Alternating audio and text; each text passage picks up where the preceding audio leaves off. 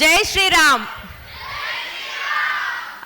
మన next participant Lakshmi Pranathi from Saint Francis school, Madhurawada. Unity in diversity, Rama's way of leading. జై శ్రీరామ్, జై శ్రీరామ్. అందరికీ నమస్కారం. నా పేరు లక్ష్మీ ప్రణతి. నేను 9వ తరగతి సెయింట్ ఫ్రాన్సిస్ స్కూల్ మధురవాడలో చదువుతున్నాను. ఈరోజు రామాయణం మన నిత్య జీవితాల్లో, ముఖ్యంగా విద్యార్థుల జీవితాల్లో ఒక మార్గదర్శిగా ఎలా నిలుస్తుందో మనం తెలుసుకుందాం. ముందుగా రామాయణం అంటే మనకు గుర్తొచ్చేది ఏంటి? పితృవాక్య పరిపాలన. పితృవాక్య పరిపాలన అంటే మనకు గుర్తొచ్చేది శ్రీరాముడు. సరే, దానికి మూలంగా ఒక శ్లోకం తెలుసుకుందాం. రామో విద్వాద్మి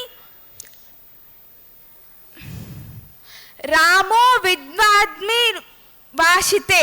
దీని అర్థం ఎంతమందికి తెలుసు? సరే, నేను చెప్తాను. రాముడు ఎప్పుడు ఒకే మాట మీద ఉంటాడు. రెండవ మాటనే ప్రశ్నే ఉండదు. దీన్ని మనం అంటే విద్యార్థుల జీవితాల్లో ఎలా అన్వయించుకుంటారు? సరే, నన్ను ఉదాహరణగా తీసుకొని నేను నా జీవితంలో దీన్ని ఎలా అన్వయించుకున్నాను అంటే, ఇప్పుడు నేను నా తల్లిదండ్రులకి ఏదైనా మాట ఇచ్చాను అంటే అది దేని మీదైనా అవ్వనివ్వండి, అది చదువు విషయంలో అవ్వనివ్వండి, క్రమశిక్షణ విషయంలో అవ్వనివ్వండి, ఏ విషయం మీదైనా ఆ మాటకి నేను కట్టుబడి ఉండడానికి నా వంతు ప్రయత్నం నేను చేస్తాను. అది నేను రామాయణంలో నేర్చుకున్న ఒక అనుపమ విలువ. ఇక రెండవ విషయం, నేను రామాయణం నుంచి ఏం నేర్చుకున్నాను అంటే, నాకు తెలిసినంత వరకు అబద్ధం ఆడి పారిపోయే కన్నా నిజాయితీగా ఉండి నిల్చోడంలోనే గొప్పతనం ఉందని రామాయణం నాకు నేర్పించింది. ఇక రెండవ విషయానికి వస్తే, రామాయణంలో మనం ఇంకేం నేర్చుకోగలం? చెప్పాలంటే రామాయణం మొత్తం ఈ రెండవ విషయం మీద ఉంటుంది. అది శ్లోకం రూపంలో విందాం. రామో విగ్రహవాయ ధర్మ. దీని అర్థం ఎంతమందికి తెలుసు? సరే, నేను చెప్తాను. రాముడు ఒక నడిచే ధర్మం. ఒకవేళ ధర్మానికంటూ ఒక రూపం ఇస్తే అది ఆ శ్రీరామచంద్రుడే. ఇప్పుడు మీకు ఒక సందేహం వచ్చి ఉంటుంది, మరి విద్యార్థులు ధర్మం అంటే మరి మనం ఏం చెప్పగలం అని మనకి సందేహం వస్తే దానికి సమాధానం నేను చెప్తాను. ముఖ్యంగా విద్యార్థుల జీవితంలో ధర్మం అంటే ఏంటి? స్కూల్లో ఎగ్జామ్స్లో కాపీ కొట్టకుండా ఉండడం, లేదా ఎదుటి వారిని ఎగతాళి చేయకుండా ఉండడం, ముఖ్యంగా మన బాధ్యతను మనం సక్రమంగా నిర్వర్తించడం, ఇవన్నీ మన విద్యార్థుల జీవితాల్లో ధర్మాలే కదా. సరే, మరి నా జీవితంలో నేను ఎలా అన్వయించుకున్నాను అంటే, నేను ఒకటే విషయం చెప్తాను. అది మంచి అవనివ్వండి, చెడు అవనివ్వండి, నేను ఏ పని చేస్తున్నా కూడా ముందుగా తొందరపాటుతనం లేకుండా ఆలోచించి, నేను ఈ పని చేస్తున్నాను కదా, ఈ పని ధర్మమేనా అని ఒక క్షణం ఆలోచించి నిర్ణయం తీసుకోవడం నాకు రామాయణం నేర్పించింది. సరే, ఒకవేళ అది తప్పైతే నేను దాన్ని సరిదిద్దుకోవడానికి అన్ని విధాలా ప్రయత్నిస్తున్నా. ఇక మూడవ విషయం, రామాయణంలో మనం ఏం నేర్చుకున్నామంటే సహనం. మనం చెప్పాలంటే మనకి ఇన్స్టెంట్గా ఏ విషయానికి మనకు కోపం వచ్చినా మన సహనాన్ని మనం కోల్పోతాం. కానీ ఒక్కసారి ఆలోచించండి, రామాయణంలో రాముడు పట్టాభిషేకస్తుడయ్యే సమయంలో హఠాత్తుగా ఒక వార్త, రాముడు పట్టాభిషేకం ఆగిపోయింది, అతను వనవాసానికి 14 సంవత్సరాలు వెళ్ళవలసి వచ్చింది.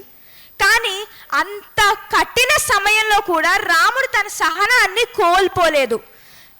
చాలా ప్రశాంతంగా తన తండ్రి దీవెనలు, తన తల్లి దీవెనలు తీసుకొని వనవాసానికి బయలుదేరాడు. కానీ అంతెందుకు, రావణాసురుడు సీతని ఎత్తుకెళ్ళిన సమయంలో కూడా రాముడు అయ్యో నా రెండవ తల్లి కైకేయి వల్లే నాకు ఈ బాధలన్నీ అని ఎన్నడూ తనని దూషించలేదు. దీన్ని బట్టి మనం ఎన్ని నేర్చుకుంటున్నాం కదూ. సరే, ఇంకొక విషయం మనం రామాయణం నుంచి ఏం నేర్చుకోవచ్చు? ఆత్మవిశ్వాసం. ఇప్పుడు ఆత్మవిశ్వాసం అంటే మనకి ఎవరు గుర్తొస్తారు? ఏదైనా సబ్జెక్ట్ మనకి అర్థం కాలేదే అనుకోండి, మనం కేవలం ఒకటే చింతించకుండా కేవలం ఒకటే అనుకోవాలి, నా ధర్మం ప్రకారం నేను అంతా నేర్చుకున్నాను, అన్నీ సవ్యంగా జరిగాయి, నా ధర్మాన్ని నేను పాటించాను, ఇంకా విజయం దాని మట్టికి అదే వస్తుంది అనే విషయాన్ని మనం గుర్తించాలి. ఎప్పుడైతే నాకు ఇదంతా జరుగుతుందో నాకు ఎప్పుడు ఈ సూక్తి నాకు స్ఫూర్తినిస్తుంది. ఇక ముగింపుకు వెళ్ళే ముందు మీ అందరికీ ఒక చిన్న కథని మీతో పంచుకోవాలని నేను అనుకుంటున్నాను. సరే, మీకు తెలుసా, రామసేతుని కట్టేటప్పుడంట ఒక చిన్న ఉడత తన వంతు సహాయం తను చేస్తానని ముందుకొచ్చిందంట. తను నా వంతు సహాయం నేను చేస్తానని కొంచెం కొంచెంగా మట్టిని రామసేతుని కట్టడంలో సహాయం చేయడానికి ప్రయత్నించిందంట. అంత చిన్న సహాయాన్ని కూడా రాముడు గుర్తించి దాని తలని నిమ్మలేడంట. దీన్ని బట్టి మనం ఏం అర్థం చేసుకోవచ్చు? మనం చేసిన సహాయం ఏదైనా అవ్వనివ్వండి, అది చిన్నదవనివ్వండి పెద్దదవనివ్వండి, కానీ ఎప్పుడూ మనం ఎదుటి వారికి మనకు తోచిన సహాయం మనం చెయ్యాలి కదూ. ఇప్పుడు అంతెందుకు, విద్యార్థి జీవితంలో ఇప్పుడు మీ ఎదుటివారో మీ స్నేహితుడు ఎవరైనా పెన్నో పెన్సిలో మర్చిపోతే మీ వంతు సహాయం మీరు చేస్తారు కదూ. అంతెందుకు, మీ ఫ్రెండ్ హోంవర్క్లో ఏదైనా డౌట్ ఉందే అనుకోండి, నాకెందుకు, ఎవరికి ఎలా ఉంటే నాకెందుకు అని వదిలేకుండా ఏ పని చేసినా కూడా అది చిన్నదవ్వండి పెద్దనవ్వనివ్వండి, ఏదైనా ఆ గొప్ప రామకార్యంతోనే సమానమని మనం ఎప్పుడు చెయ్యాలి. మరి దీన్ని బట్టి మనకి ఏమర్థం అవుతుంది? Patience is a super power and never give up. ఇక మనం ముగింపుకు వెళ్ళగా, రామాయణం కేవలం పారాయణం చేయడానికి మాత్రమే కాదు, ఆచరించడానికి కూడా. ఇక మనం ఎప్పుడూ కూడా రాముడిలాగే ఉండాలి కానీ రావణాసురుడిలా కాదు. ఇక చివరిగా వెళ్తే, మనం ఎప్పుడు చిన్నతనం నుండి మనం మీ అనుపమ విలువలను నేర్చుకొని పెద్దయ్యాక భవిష్యత్తులో గొప్ప పౌరులుగా ఎదగాలి. ఇక ఈ గొప్ప విషయాన్ని మీతో పంచుకునే అవకాశం నాకు ఇచ్చినందుకు చాలా అంటే చాలా ధన్యవాదాలు. ఇక సెలవు. జై శ్రీరామ్. జై శ్రీరామ్.